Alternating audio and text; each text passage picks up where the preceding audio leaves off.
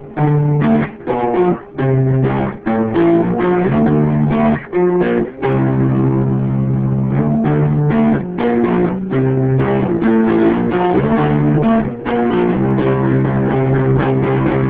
and welcome to the All About X-Men Comics podcast, where you'll find recaps and reviews of all the most recent X-Men comics, as well as previews for upcoming issues. Please keep in mind this will include spoilers and adult language. I'm host Scorpio Moon, and for all I know, Mystique is actually my mom too. Hosting with me is... Johnny Alpha, and goddammit, dude, you stole my joke. I was going to say that I think that I'm actually one of Mystique's missing long-lost children as well. Man, damn. Yeah, always sorry, on the same wavelength. That's cool, man. Yeah, so speaking of that, we're just going to launch right into All New X-Men number 27. This is a frantic, chaotic comic. From the very beginning, we see a woman identified as Moira McTaggart giving birth, but it's really Mystique, and the child is really evil future Xavier. Huh? What? Why? And she like looks at it, and like as a little baby, it reminds her of Charles Xavier. But I mean, dude, it's a baby. Of course, it's gonna look like Professor X. They're all bald and little potato-headed little creatures. You know what I mean? But yeah, she's like, I don't want it. Take it away from me. And she gets like all spastic, like Lena Headey on Game of Thrones crazy in that scene. I thought. I mean, I almost don't question Mystique's motivation. Because why does she do anything? She just loves trolling heroes in any way possible. But, we'll get back to that. We'll get back to that. So anyway, we get to the fight where Reyes has walked into the new Xavier school impersonating an injured X-23. They always fall for this trick whenever Reyes does it, and he immediately stabs Triage, going for their healer first. The Future Brotherhood certainly has a defined attack plan this time around. Go for the healer, go for the most powerful telepaths, take control of one of the cuckoos, use, Mindy? What do you say? Mindy is what they called her in this, but in earlier books they called her Irma, so I'm not sure what this one's actual name is, but the brunette one is being referred to as Mindy in this issue. Okay, yeah, so I was gonna say maybe they're, like, mixing up the hair colors. They haven't, like, settled all that out yet, but yeah, thanks, man. So they use her as a weapon, and then when they go after Jean Grey, young Jean Grey, Emma, pretty foolishly, I think, figures young Jean doesn't stand a chance against her future self and Xavier, and physically knocks her out, or at least kind of tries to. Right, which in her dream state gives her full access to them, which, I don't know, I think that they're playing too loose to the vest, and I don't think that they know that she has Princess Pink Phoenix powers that she can totally trash them with, because she is completely disgusted by them in all intents and purposes. I mean, she even says that, like, when I think about, like, what these bastards do, it makes me depressed that I'm a future interloper as well. And, like, Emma Frost is like, well, just saying that makes me forgive you, which I thought was a little funny. But, yeah, I mean, like, I don't think that this is going to go too well for X and Zorn Jean, because they have no idea how badass that little firecracker is now. And for some reason, the whole Brotherhood is here. You've got Evil Xavier, Zorn Jean, Reyes, Ice Hulk, Angry Beast, Molly, Deadpool. Some of these folks didn't make it out of Battle of the Atom, I didn't think.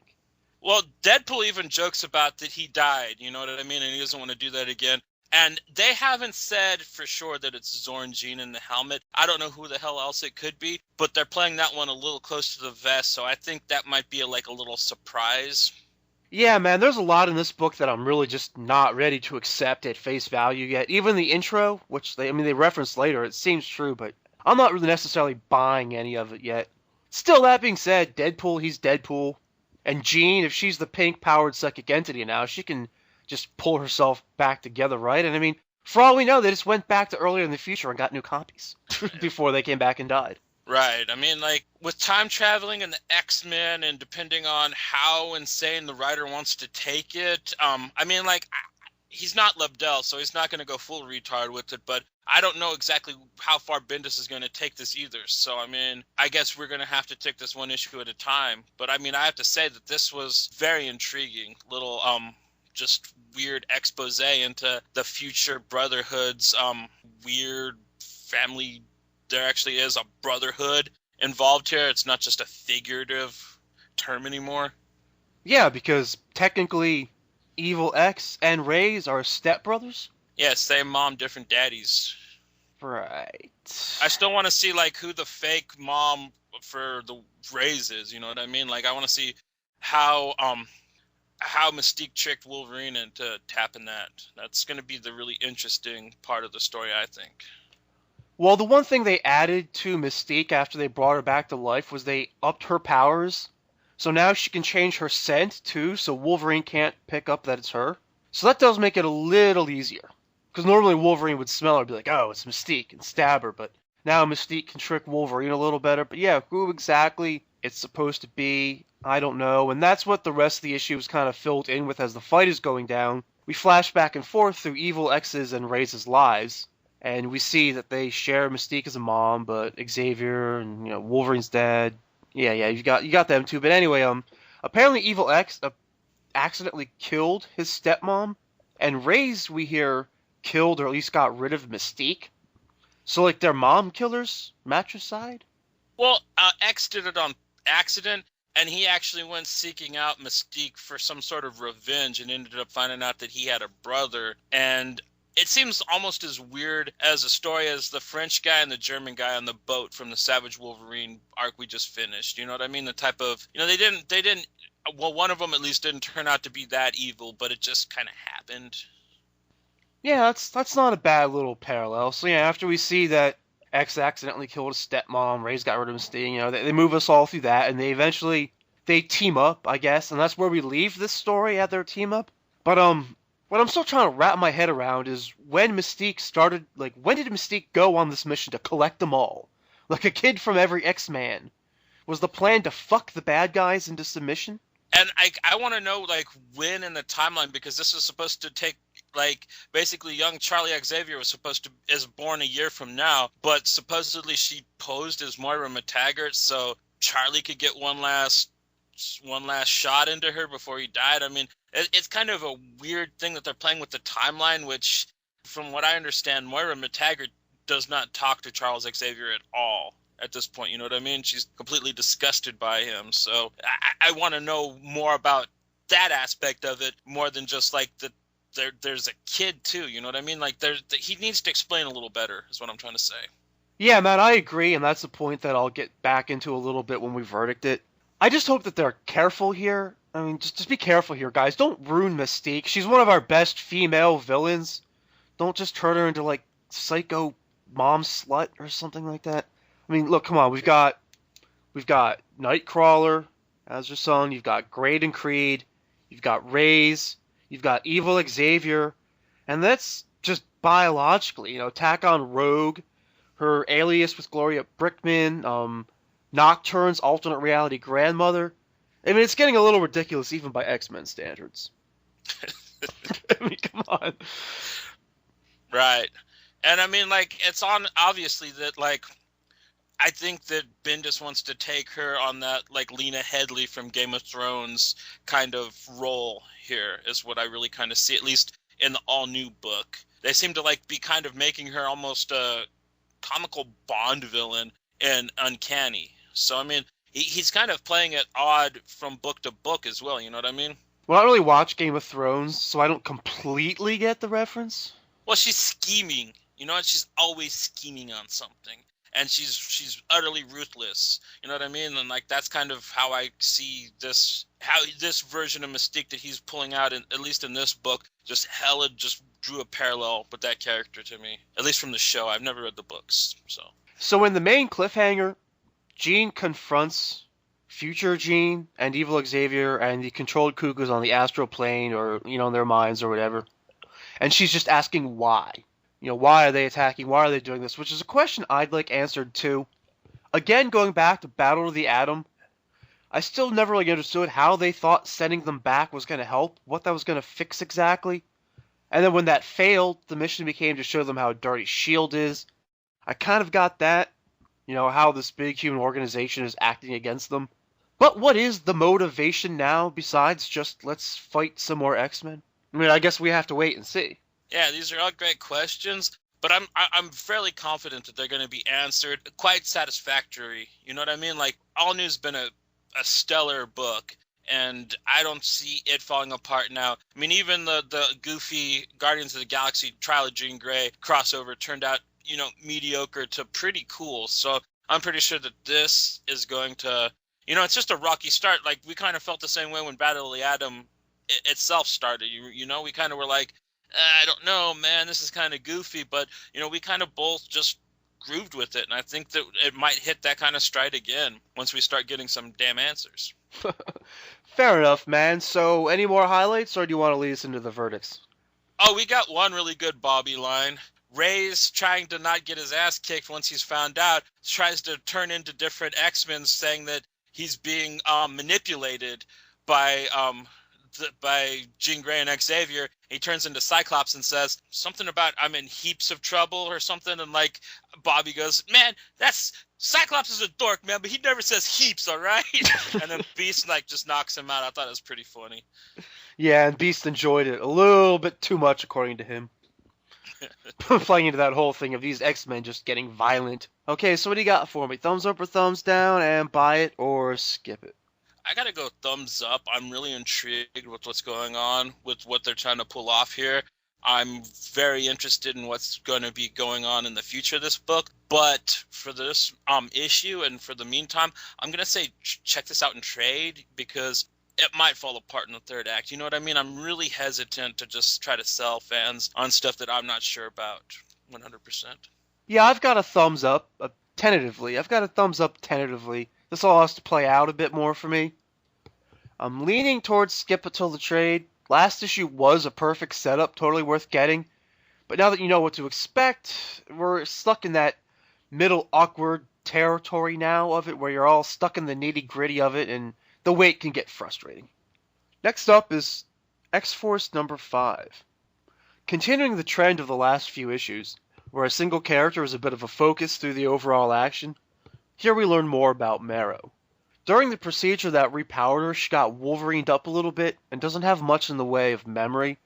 As she speaks to someone in her internal monologue, she doesn't actually know who she's talking to or why. She does remember our burnt to a crisp guy, though, and a bit about their time together in the facility, where he'd come back and tell her all about the missions he went on. He was forced to use his power to transport between dimensions, to go to places and get some crazy high-tech, basically, to steal gadgets that Volga could reverse engineer and build weapons out of. Yeah, from other Marvel dimensions. See, you bastard should have never canceled the Exiles. This shit would have never happened if the Exiles were still running. Yeah, man, they'd be on the case, but now it's up to our X-Force. The best of the bunch of these weapons, by the way, was a way to transform anyone into a super soldier. Just a very short-lived super soldier that would burn out and die after not too much use. They work in this line about sing your death songs like a hero going home, an old Tecumseh, Shawnee Indian quote. Very quotable ending, and I forget where I read this, but it's not the only place I've seen it used over the past week or two, and someone even pointed out how it's so easy to quote that very quotable violent ending and leave out the rest of the poem and the philosophy in it. But anyway, so Volga's base here is a super yacht in the desert, and the initial attack is oh so tactical, and I love Cable for that.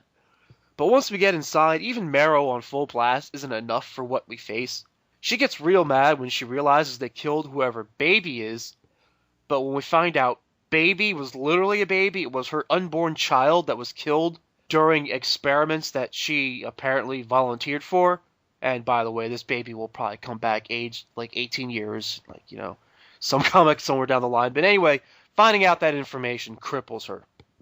These super soldiers take out our team, and superpowered Volga takes out Cable and throws him overboard attached to a special bomb. Right, he rips his arm off, he pokes out his good eye. I mean, he really goes for, the Cable's balls. He's calling him old guy Cable. He's giving him, I don't care who wins. I just sell things. And, I don't know. I really hate this bad guy. Experior's really outdone himself with just creating this ultimate piece of shit for you to despise with Volga. You know what I mean? Because he doesn't even, he doesn't pick a side. He doesn't care about anything that he does. He just cares about what he makes, and as long as they kill, he's happy with it. He's just completely disgusting character.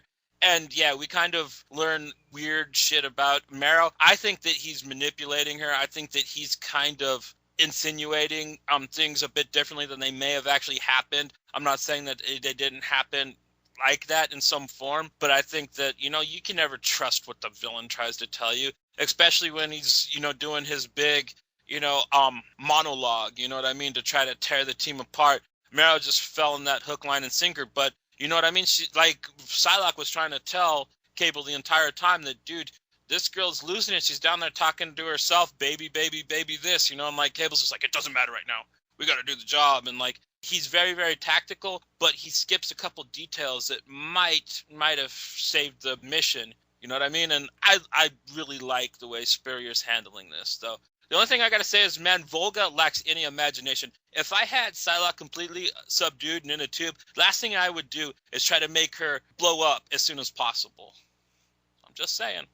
Yeah, man, what a waste. So yeah, man, other than that, though, Volga is a pretty great villain, but that's not even the biggest thing. The Alexandria plot thickens as somehow it involved Cable being infected with Volga's super soldier prototype, which should have killed him by now, but didn't. And he keeps talking about a young lady who had the bomb and exploded and should have died too. I think that that's what happened to Hope. I think he got a hold of both of them, and that's why Hope won't wake up, is that she was the bomb. Yeah, we see Hope was there. We see apparently Marrow was there. It's all getting very, very... It's like all new almost. We're stuck in a very sticky middle right here. As far as what the fuck the Alexandria incident is, why it happened, what the actual intent of it was, what actually happened there, and that's just where you are. It's the middle of an arc where you get all that nitty-gritty, and you hit the low point where it's looking bad for our protagonist hero. And, that's just where we are in the comic right now. Well, the thing is they did the whole thing where Meme stepped into, the cyber trap, and I think that, she's going to end up actually being, the one that pulls it all back out. You know what I mean? I think that she isn't as debilitated as she's pretending. I think she's laying low and letting Volga think that he's won this type of thing. Right, the old spring the trap philosophy. I hope.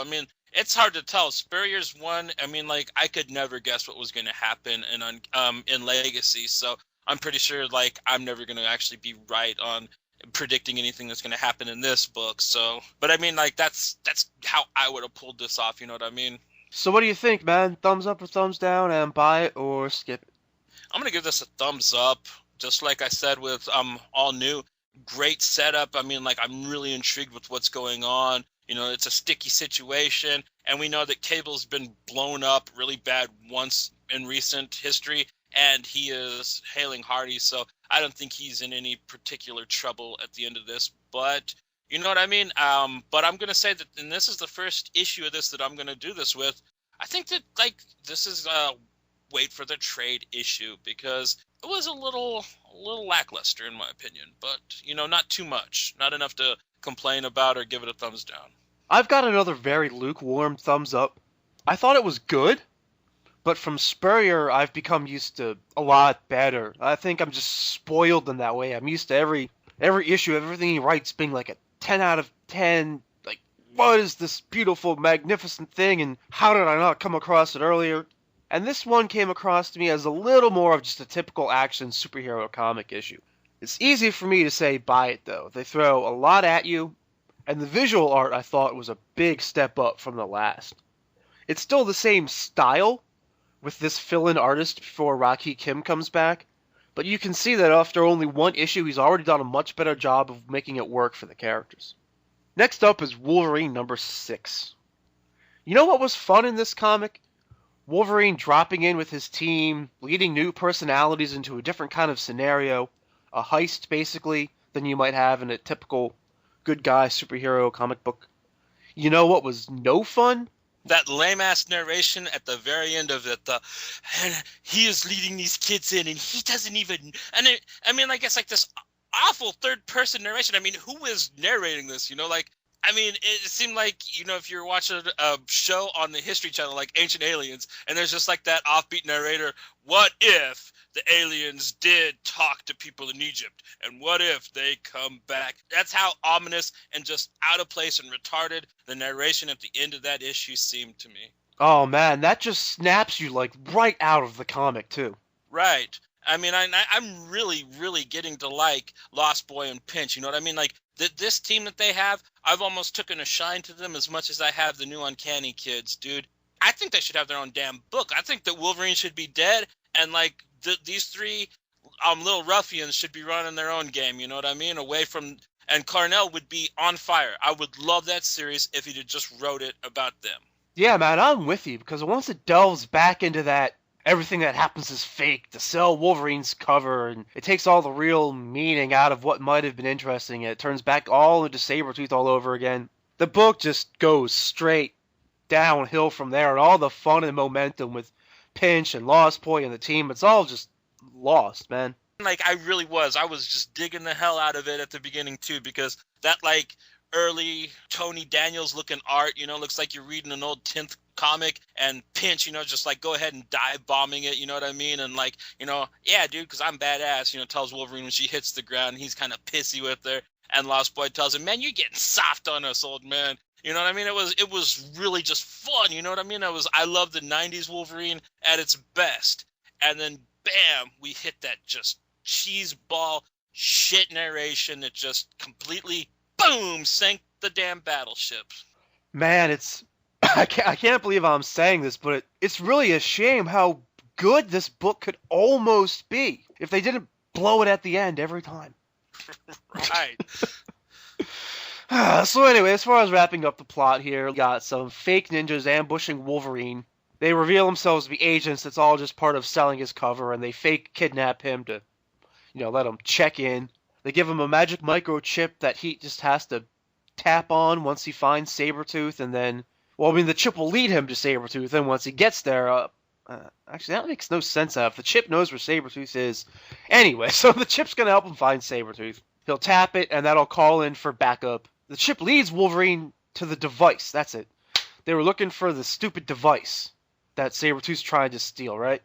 Right, and they hit up like Madripoor's Bakara Market type place where they're selling like AK-47s and landmines and shit. And then like, yeah, and Lost Boy and them are like, wouldn't everybody come here to look for this shit? And he's like, yeah, but I mean, like, what if we're here right at the instant that it is here? And like, bang, bang, bang. And like, Wolverine's just kind of like always hitting like these right answers, which I'm surprised. Well, like the way they kind of draw Pinch's face, I think that she's keen on him, man. I think she knows that fool's fucking playing him, and I really hope that she gets wise, and I hope she fucks him up, man, to tell you the truth. Man, he deserves it. This Wolverine is so unrootable for.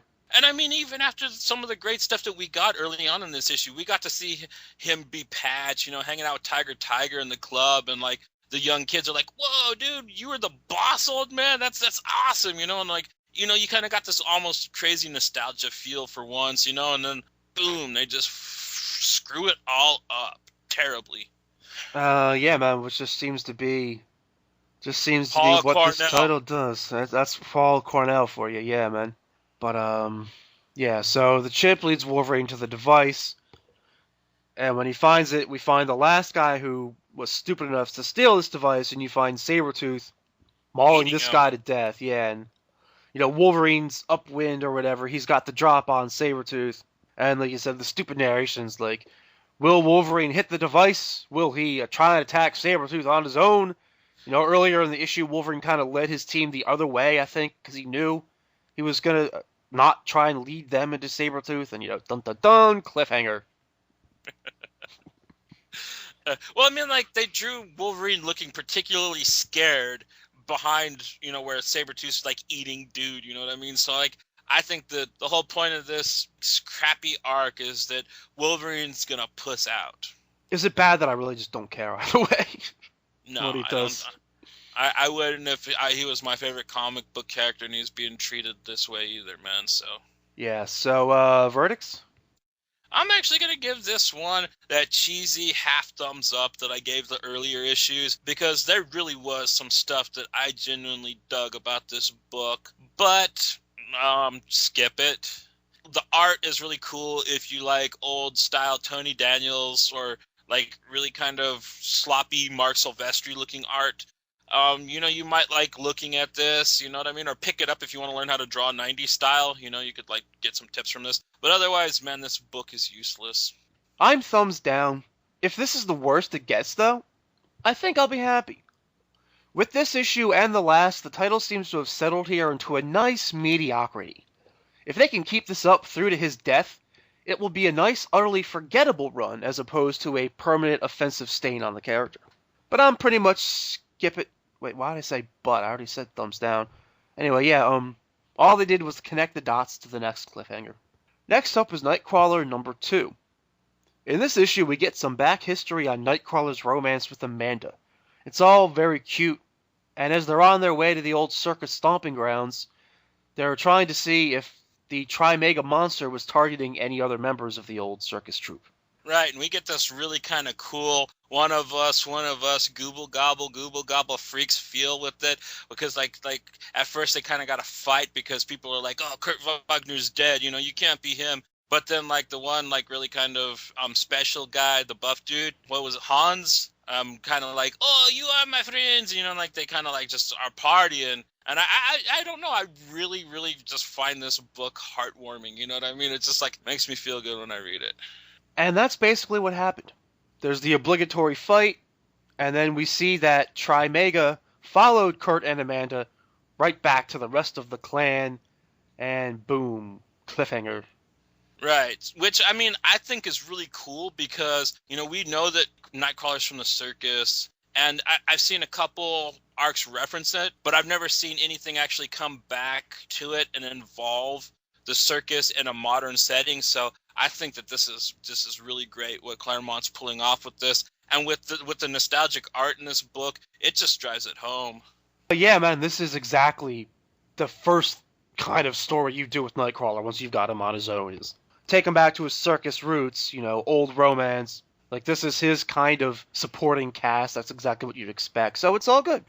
Right. I mean, and like, I'm just so happy that it's so far away from pirates, swashbuckling, emo at a bar, you know, after he's gotten back from Haven. You know what I mean? Like, he's still, like, really up in his spirits, and, like, this is so far away from what Aaron was doing that, like, even if it is, like, kind of a, you know, no-duh Nightcrawler story, I still appreciate it a lot better than what, like, modern minds think is possible and fun to do with the character. Well said, man. And on that note, unless we have any more highlights, thumbs up, thumbs down, buy it, skip it. I gotta give this a thumbs up. Like I said, it really just warms the heart, this issue, and like this arc so far, and the nostalgia art, man, it really just shines with the writing and the way the series is going. And buy it. I mean, like this is awesome. You know, I love Nightcrawler. He's one of my top favorite X-Men, and it's just good to see him actually have his own ongoing and see it written so damn well, especially in these days and age when you got Wolverine books like the one we just covered. Which is going to make this all the harder to do, but I'm going to be mean and give it a thumbs down. A lukewarm, kind of half thumb teetering towards down. It wasn't bad, but it wasn't spectacular. I think it falls into that kind of second issue trap, where you get a really impressive start, but then a lot of times the second issue, it just kind of peters out into its groove, and it doesn't always give you a lot to make you say, yeah, I'm definitely going to keep coming back. And I think that's reflected in a little bit in just how quickly we summed this one up. There's just not a lot to say about it. I mean, sure, you could really get into like the down hard review and try and pick apart all the lines in the art and all of that, but I don't know, man. There just wasn't a lot to say about it. But I'm going to go with buy it because it's so charming in a very good way. Especially that cute little romance story between Kurt and Amanda. Speaking of romance, the next comic up is Deadpool number 28. And it's the honeymoon issue following Deadpool's wedding. And it's just a celebration in randomness in Japan, which is just one of my favorite subjects, and it really kind of hits its own nail on the head, in my opinion. Hits its own nail on the head? Yeah, for being about just random Japanese shit, you know what I mean? Yakuza, ninjas, Pokemon. I mean, come on, man, it has it all. Right, I'm here to kill Pikachu. Yeah, man, so Deadpool whisks his new bride away to complete a mission? They lose a very, possibly important briefcase and spend the rest of the issue tracking it down and fighting all these thieves who are competing for it, in, of course, very hilarious fashion. Turns out he's delivering the case to one of those dying X-Men clone creations. So basically, Deadpool, kind of on his honeymoon, takes this little detour side trip to complete a mission to do a good deed, basically. Man, it had that one little piece of plot development, so I mean, you like this issue, right? But yeah, I mean, even with the case, it verged on Pulp Fiction style obscurity. They never tell you what's inside of it. They're very vague about it. And just with all the other kind of crazy stuff, and even with the X-Men clone, you know, he's kind of like this, like, cancerous Nightcrawler, Korean Nightcrawler, Kim, that like shows up in a bad Hawaiian shirt and has a cough and everything. I mean, even that was just like so over the top and hilarious. Well, some of the things that worked best for me were Deadpool worrying about killing that kid. Like, if he stabs one of the manifestations that they make to attack him, he wonders, like, if that's gonna stab the kid, too. Like, he doesn't know how the metaphysics or whatever of that power works, which I think really is kind of what makes that a solid superhero comic, that they are thinking about these kinds of things and how they work. I thought Deadpool had a lot of chemistry with his wife, too. Right, and when she turned into like a big purple dragon and started eating Yakuza members, like she got gangster. Yeah, man, she's like, you know, at first, Deadpool, I was kind of mad that you knocked me out and took me along on this mission with you, but now I'm getting to kill people and shit. This is fun. A perfect kind of woman for Wade. Yeah, man, I love, love, love, love her. She's my new favorite character in this. Oh, shit. I hope I didn't just jinx it. I don't know, man. Like, we're at what, issue 27? Even if it gets canceled, that's like the longest running Marvel Now book. So, I mean, Jesus. Or one of them, at least. Yeah. Hopefully I didn't get her killed. That's another one that you can wrap up pretty quickly. I mean, I've got another thing or two to say, but I'm also kind of saving them for the verdicts. So what do you think, Johnny? Oh, man, I gotta give it a thumbs up like always. It really did just embody a lot of my favorite kind of just goofy things, because, you know, I'm a huge fan of Japanese stuff. I mean, the movies and the cartoons. So this was really fun, and it cracked me up that they made Sunfire just a total xenophobic Japanese asshole. I thought that was kind of a funny little bonus. And, dude, buy it. You know, this book has very colorful art, lots of really funny, really fun little scenes. You're not going to be upset if you get this. I'm going to go thumbs up, and I guess I'll leave you open to respond again here if you want, because I'm going to kind of respond to something. But you said that it was really over the top, and I think they showed a lot of restraint. A Deadpool honeymoon issue, like just the idea of Deadpool honeymoon, that screams over the top. But to reference one of your lines from earlier, I think they didn't go full retard with it. You know, there's like a little bit of ongoing plot in there, and there's a little bit of actual how does superhero stuff work kind of shit, which is why I'm saying buy it, because I think it's just one of those very solid issues where Wade is Wade, and he's the comic book character Wade, not the cartoon character Wade, but it's still Deadpool, and while it's not heavy on moving plot, it does still use ongoing story. So yeah, suck it your thumbs down, skip it recommendation you thought I was going to give. Alright, so wrapping up the books that we're going to review this week, we're going to take a quick look at All New Ultimates number 2. Oh, Kitty Pryde, where won't we go for you? Even into an alternate universe that's far less interesting without an ongoing X title. Even though Kitty was barely in this. Right, well, she was barely in the first issue, too. But, I mean, they're really kind of trying to set the tone for this new Ultimates, which I think is really kind of ballsy of them to kind of just have youngsters and new versions and no actual like proper Avengers alternate versions in the team. And I know that it doesn't fall under our usual category, but I really enjoy this book, and I kind of really enjoy the parallels that some of the characters still hold to the 616 versions, like Diamondback. Of course, in her comics, she was always falling head over heels for Cap, but I thought it was kind of funny that she's doing the same thing, but for Miles. I thought that was kind of a nice little thing that the writer threw in for fans that actually read like the old Cap Diamondback stories. But don't they understand that I'm only reading this for the X-Men in it?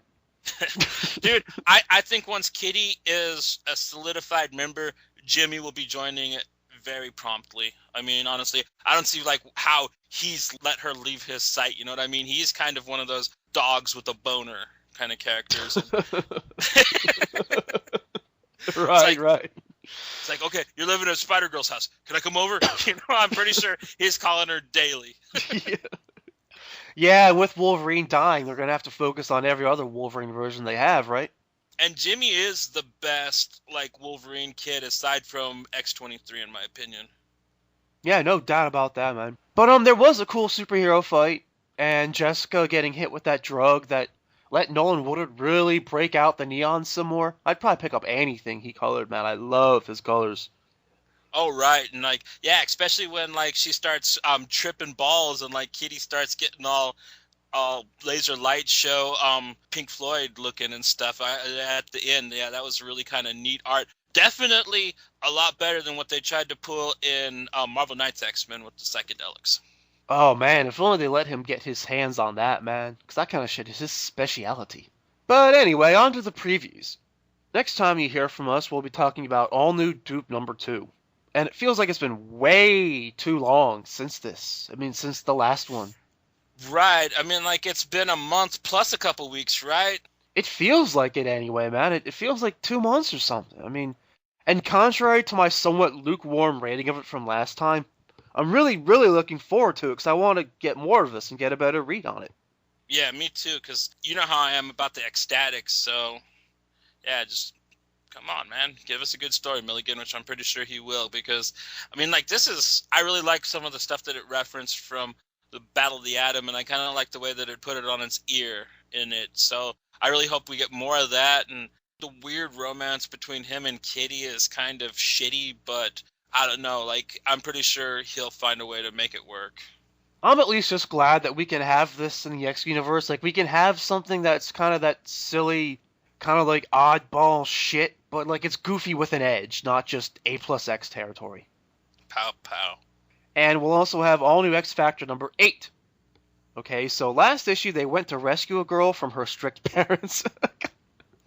I don't know why I'm laughing at just that description. Maybe just when you put it like that. I don't know, but, you know, because remember they just so happen to be influential anti-right-wing mutant nut jobs.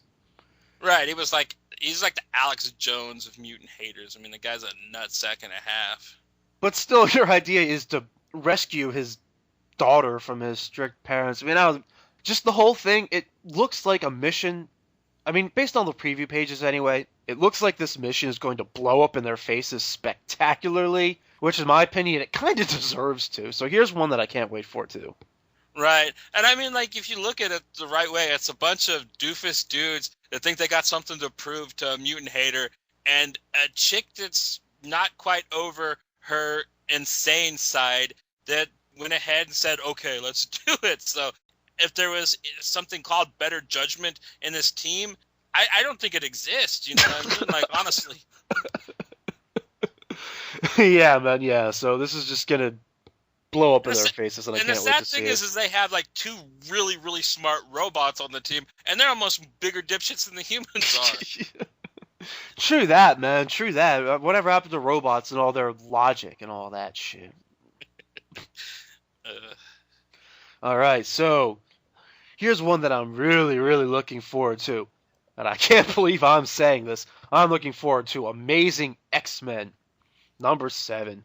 It's going to be Firestar, Iceman, and Spider-Man all in an issue, reuniting the team from the old cartoon. And that's not the only reason this is the first issue I'm looking forward to on this series, since it started, also because it's the first one without Jason Aaron. Right, but this is like a guest writer, so I'm not really expecting too great from it. When Kyle and Yosh show up, that's when I'm really expecting the fireworks to start for this series. And I know it's not going to probably pop off right away, you know what I mean? They're going to have to, you know, kind of work it out a little bit because they've really kind of been giving a shit pile to try to make gold out of. But I'm very confident that those two can really pull it off.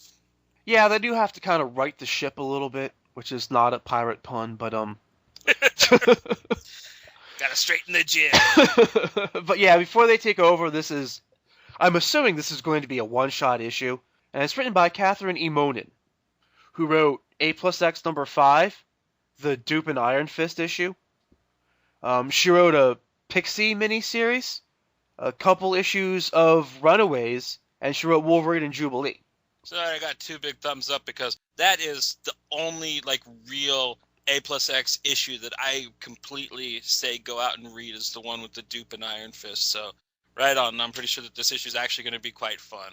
Yeah, man. So I think she's got enough credit there. I'm happy with it. But yeah, anyway, so we're also gonna get Deadpool Annual #2, which is I forget how long annuals are nowadays. Was it like 48 pages? That sounds about right. Maybe with maybe a little more with some art, in the back, but yeah, I think 48 pages. So yeah, Deadpool Annual #2 is going to be a 48-page long Spider-Man joke. Because that's the whole gimmick here is, what if Deadpool, who they always have that Spider-Man gag about him, actually does pose as Spider-Man for a while for some reason. Oh, really? Well, because even in this last issue, the Japanese cops, oh, look, Spider Ninja, man, and stuff. So, yeah, I mean, it's never far away. And even Colin Bunn pulls it out in the Carnage Deadpool 4-shot with the Spider-Man jokes, so. Yeah, man. So why exactly is Deadpool going to be posing as Spider-Man? As far as the issue, we'll have to wait and see, but yeah, that's basically what it's going to be. Yeah, I'm sure Wade playing Spider-Man will be no worse than Dan Slott writing him. And which Spider-Man will he be playing, though? Superior or Peter's back now, right? I think so, because it's back to Amazing, and they got, like, issue 1.1 and crap, so I haven't tried to read it. I have no interest in it, really, but yeah, I think that means that Peter's back as Peter, and I guess, like, Aka's dead, or they put him in a computer or something, Lord knows. Dan Slott's about, he's even less creative than Cornell, in my opinion, so. Well, I think Doc Ock is actually coming back as Spider-Man. Like, I think Superior Spider-Man's going to be a new comic in a couple months. They're doing some kind of mega Spider-Man event where it's going to be like every version of Spider-Man ever is going to somehow all show up. And Spider-Man has had a lot of variations, so. Like Spider-Man Noir and all of them are going to show up? I think so. I think they're trying to cram as many Spider-Man costumes into one thing. Sounds like some shit that Dan Slott would do, and like we shouldn't even actually be talking about it, man. I mean, come on. Yeah, good point. When I was talking about this, I'll probably just cut it out, but maybe I won't. But we'll see how the time comes. Anyway, next up is Magneto #4, and it's still that quiet Magneto working behind the scenes, tracking down secret bases at unlikely places. And it's got narration that's actually him talking about himself, not like odd, like fourth person narration like Cornell does in crappy ass issues of Wolverine. So I mean, like I'll take it that way because Colin Bunn is really writing this book magnificently. Even though he kind of like hangs a candle on that I did something and it was stupid, but you know what? God damn it, I'm still gonna keep my ear to the grindstone and the mission goes on, even though I screwed up a little bit. I like that he's writing it like that. You know what I mean? I really like this Punisher Magneto. Yeah, man. So add that to the list of ones that I'm looking forward to. Along with Savage Wolverine #19, starting Gail Simone's arc. Ooh. Yeah, so I took a quick look at the preview pages. You've got Wolverine alone in cold, brutal weather, and as he's doing the narration, he's talking about all that, and then he says, I suppose there's eventually going to be a downside somewhere. I'm like, damn, Gail Simone's got Wolverine already. Right on. At least he's not talking about like a pile of dead ninjas and some whiskey or whatever from Amazing X-Men when him and North Star were stuck in the icy snows of Purgatory or wherever the hell they were. And then, man, this is going to be a really jam-packed week because we're also going to have Uncanny X-Men #21. Where, remember where we left off, Cyclops was at the Jean Grey school, and all of a sudden energy beams started going off. Were they his? Were they coming from somewhere else? Was he being controlled? It was just madness, and I think we're going to start, once again, right in the middle of madness with this issue of Uncanny. Right, or knowing the way that Bendis is writing it, we might actually just finally get an issue explaining what happened to Tempest, you know what I mean? Because he never really writes with like a straight narrative with this book. Lord knows exactly what perspective this is actually going to take. He might just leave off what's happening to Cyclops for a later issue because he likes to do that. Yeah, that's just, for all we know, we're just checking in with Cyclops real quick and then on to something else completely, and who knows if the cover has anything to do with it. But, kind of an interesting, switch up here. At Uncanny X-Men, you've got Cyclops visiting the Jean Grey school. But then over in Wolverine and the X-Men #4, and I can't believe I didn't, pick this up immediately when we read the last issue of Wolverine and the X-Men, but at the end of that issue, you saw that Quire had run off after the battle with the Ascani guy, and he, where did he go and why? Well, I mean, he was in the snow, and you see that boot. You see that after the battle, Quire ran off to the New Xavier School. So, that's a hell of a run, though, right? I mean, from, upstate New York to, the middle of, Alberta, Canada, or wherever the hell that's supposed to be. That's quite some trekking, man. Well, he had a Banff. Oh, did he? Okay, yeah, then. Yeah, he had a Banff with him. I thought the Banff abandoned him for a crunchy roll or whatever, or a sweet bun. He must have come back. I hope so. I mean, but I mean, he ain't gonna fare too well there, man. The Cuckoos hate his ass. Yeah, it's probably gonna be more just madness, man. Just complete madness when you come on. Quire up at the New Xavier School. I'm already sold on this issue.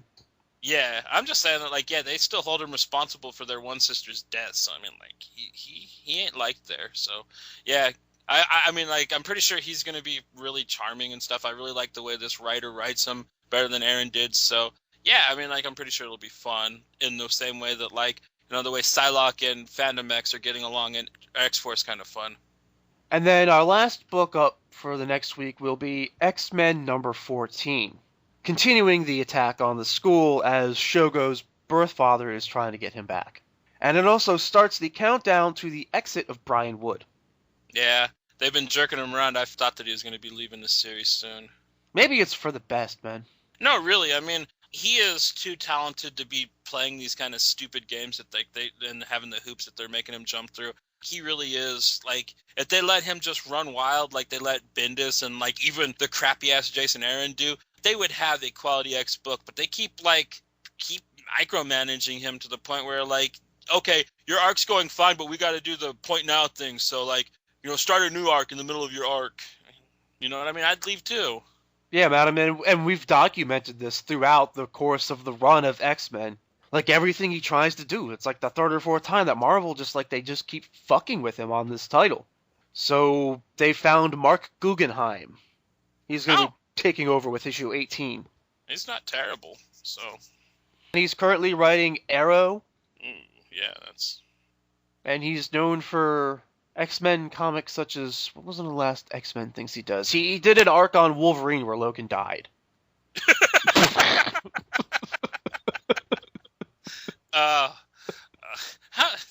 I'm not even going to ask.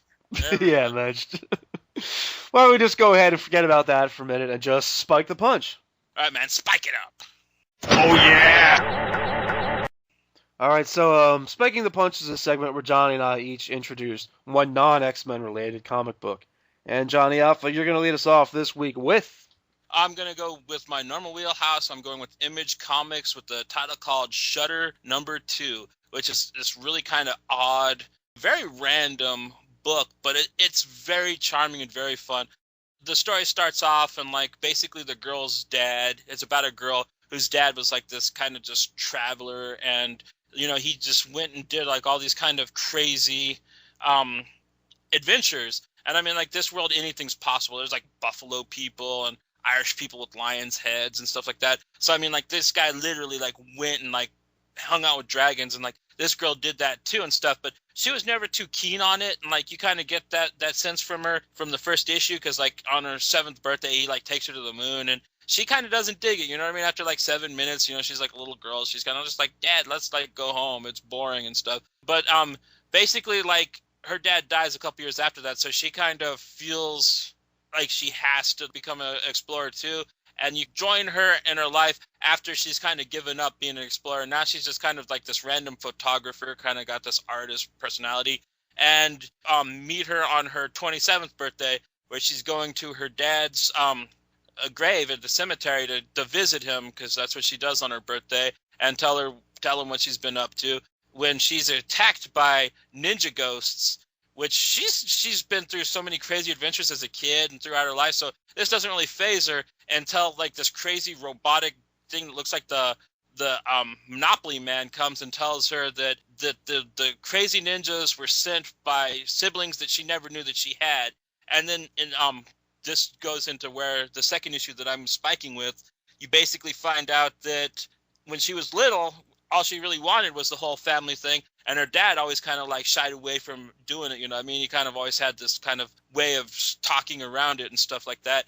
So when she finds out that she's got these older siblings that are insane, it's really kind of crazy, but you know, she doesn't really have time to dwell on it because said Monopoly Man robot has these 3 mice that are encapsulating her in crystal to try to save her from this crazy Irish mob of these lion guys that speak with these crazy Irish accents, where there's like this total crazy fight with the New York Police Department, and like she basically jumps from she gets thawed from the crystal and jumps from the spaceship onto one of the cop cars, and she gets rescued and stuff, and like she's basically chilling with her roommate and her talking Felix the cat clock, which is really cool, by the way. It's one of the things that really enamored me with this series.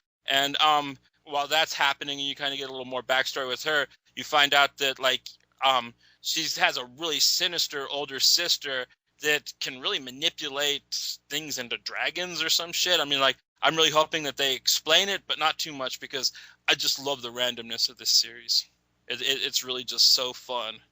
Thanks for spiking with this one. Shudder was one of those books where I remember reading the solicit like a while back, thinking like, oh, that sounds fun. What was the basic description for it? It's like an explorer is forced to return to her previous adventurous life, and I'm like, okay, that sounds kind of cool, but I never got around to reading it. I mean, what can I say? I just want to read everything. You know, I read everything. I'm like, oh, that sounds kind of cool, or hey, that's got a cool cover, and there's just not time in the world to read all these fucking comics.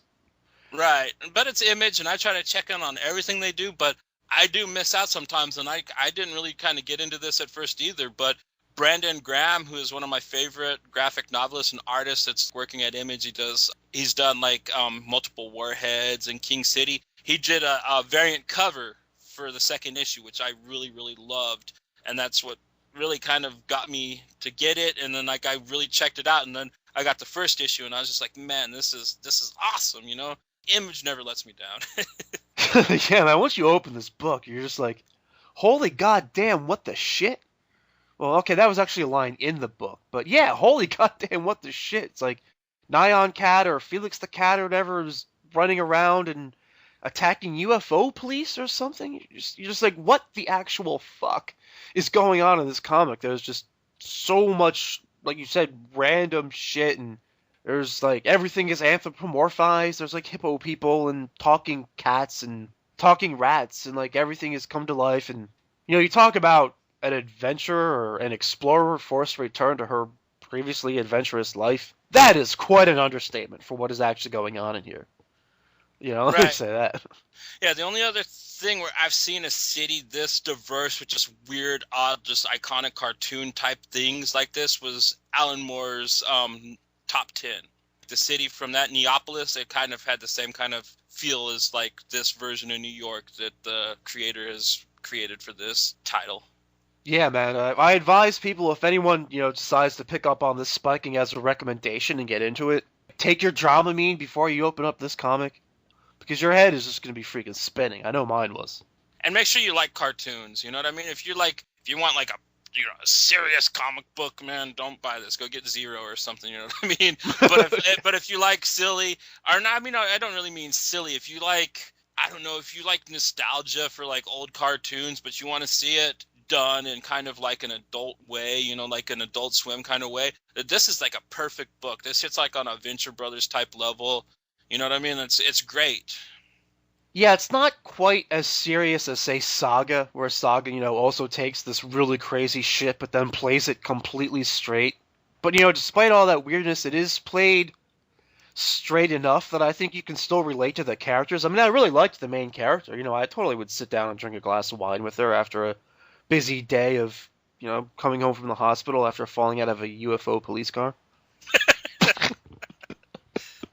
Too true. All right, any more highlights on that one? No, I pretty much covered all mine. I really just, it's fun. If you like fun, then this book will hit with you. You know what I mean? Yeah, man, absolutely.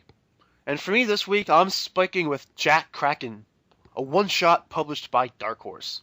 It's written and created by Tim Seeley, who you might know from Hack and Slash. I think he's working on... He created Hack Slash. Yeah, the Hack Slash... What did I call it? Hack and Slash? It's just Hack Slash. A lot of people mispronounce it. He also does the really, really amazing Revival at Image. If you like kind of odd zombie ghost comics, dude, Revival is the shit. But I have to say, I am a huge Tim Seeley fan. I even like that Evil Ernie Chaos comic he just did this week. But I have to say, man, this damn goofy one-shot is probably my favorite thing he's ever done. Wow, man, and that's pretty high praise, seeing as the things that you just listed that he also created and worked on are, generally pretty fucking good. But from what I understand, the basic deal here is you've got this kind of squid-powered superhero that Tim Seeley originally wrote as little shorts on a digital app for distributing comics that the name escapes me at the moment. It was like Four Square something or something like that. But I guess what happened here is that Jack Kraken was something he drew when he was a kid, like just this little comic book idea. I think most of us, even if our drawing is good or not so good, has invented some kind of superhero when we were a kid. So this is kind of dream come to life kind of stuff for him. He's like, well, I'm working in actual comics right now. Why do I not do this? So he took his character that he created and he wrote a couple little missions for him. And then this comic, this one-shot published by Dark Horse, is kind of a collection and reprinting of some of the things that were originally published on this digital app, along with, I think one of them's an original story. The Jack Kraken, the one-shot, it's not a plot-heavy thing at all. It's basically just some dude kind of does missions, and there are 3 or 4 little, side stories going through, and, they do all have a beginning, middle, and an end. There's something going on there, and there's a little bit of a theme or a moral to the story. But I'm guessing the basic idea here is just to kind of introduce you to this character that he had created. So partially A is kind of like, well, I work in comics, why am I not doing this? And B, I also get the impression that it's kind of a proof of concept kind of thing, where if you dig it, this could become a series down the road. Right. I mean, he's kind of nailed his own personal version of Hellboy with this. He's got an organization where he's kind of got this cute little redheaded handler that, when he calls the Grey's ghost, she's like, hey, Jack, knock it with the racist stuff. You know what I mean? You're not allowed to call a ghost because it hurts their feelings. You can't call a Bigfoot a Bigfoot. They're supposed to be called something else. It's really kind of silly, but in a fun way. If you've read books like Proof from Image and Hellboy, you're familiar with the concept. But this one, it's done in its own way. You got this guy who is basically a presumed to be dead blaxploitation actor that through a crazy plane crash has developed these kind of weird octopus hand powers where he can scale down elevator shafts and stuff. And all 3 of the missions I found quite poignant. They all kind of had odd kind of political undertones to them. I thought that he really kind of hit a few nails on the head quite good here, especially with the last one with the zebra chick. That was a really kind of hard-hitting way to end this goofy one-shot, you know what I mean? Because the first 2 were kind of rather just splash in the bucket, really fun little jaunts, little fun little vignettes. But the third one, it kind of really, it took place in West Africa, and you had the crazy animal chick that has no idea what property means. So her and her hubby, they sneak off and they go to try to catch something to eat. And it's been poisoned by a farmer that's from afraid of poachers or coyotes or something. And her hubby dies, so she's going out for revenge. And Jack has to basically stop her, which, he doesn't actually like doing, you know what I mean? And he has to try to explain this to her to try to make her understand, and it just doesn't happen. And she basically, she basically changed his way of thinking, even though that he still had to stop her. He felt that he was the bad guy there, which I thought was a great, cool little thing to kind of throw in and still keep it fun, you know what I mean? It didn't really drag it down. It didn't make it depressing in any way. It just made a great point, in my opinion.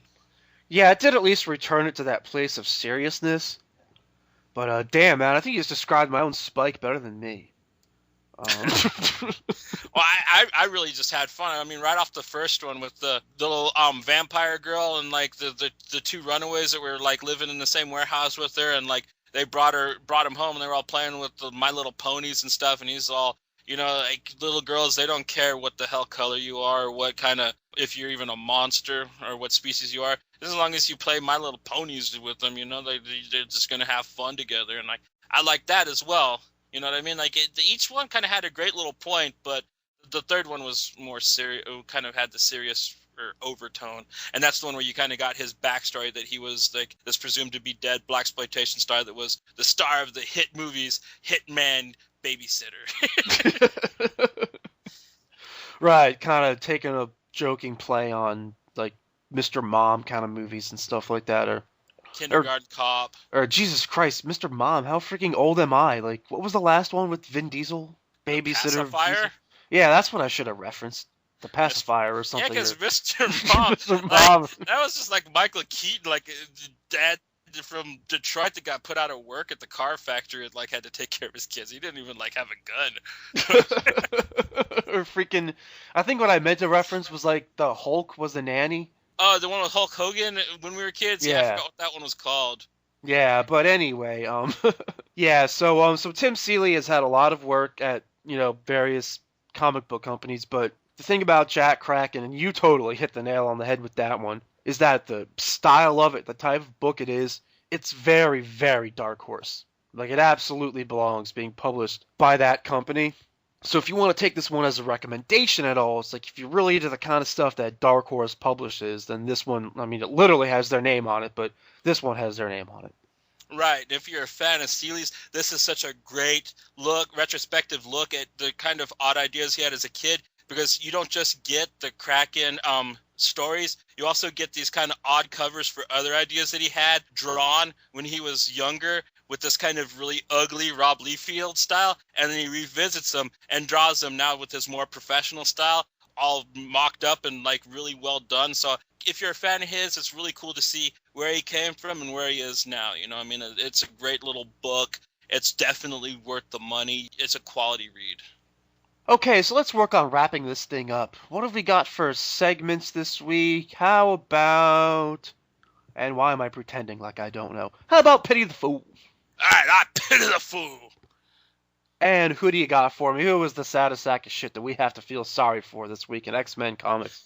Oh, they're actually people that I feel bad for because I like them so much, and it is the Lost Boy and Pinch. They are just such great characters in a book that's going nowhere fast.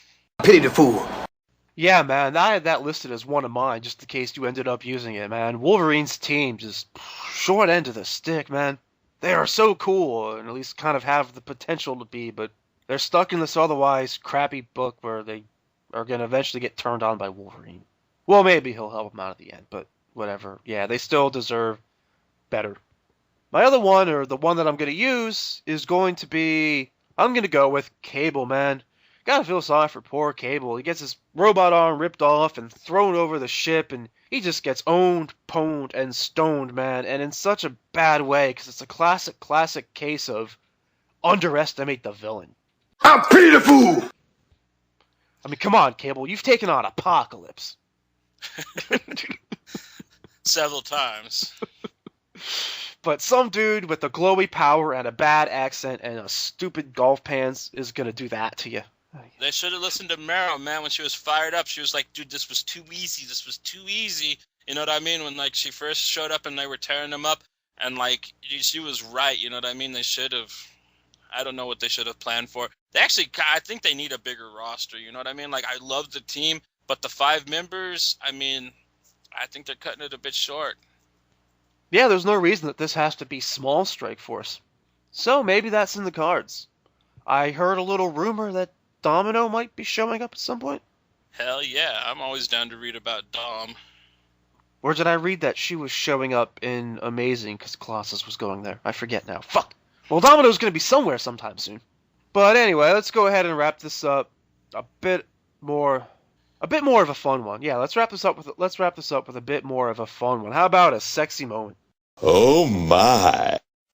All right, and my sexiest moment's gonna have to be Marrow from the beginning of X-Force in her little bikini on her little quad, man. She looked like a very hot serial killer version of Comic Book Girl 19, man. I dug it. Yeah, man, who knew that Marrow in a bikini could be sexy? Well, I guess it kind of depends which version of Marrow you get. There was the one where she was totally pretty, but just had, bony eyebrows. Well, it's just funny because they actually reference that and make fun of it at the beginning of this issue, which I thought was really funny. Yeah, I wish they do. That was a lot of fun. But yeah, speaking of which, my sexy moment is Deadpool's wife, Shikla, in Deadpool this week. They put her in kind of a stripperific little thing, and I mean, her skin can be a little rocky and a little unclean at times, but there's no reason that can't still be hot. Shikla was rocking it. Right, and who doesn't want a woman that, if shit gets hairy, she could turn into a dragon and eat some motherfuckers? Yeah, the family, or the husband and wife that kill together stay together, right? Okay, so thank you for tuning in to this edition of the All About X-Men Comics podcast. Thank you to our sponsor, psn-radio.com, for hosting this show and our official site, allaboutxmencomics.com. And we will see you next time you decide to hit play.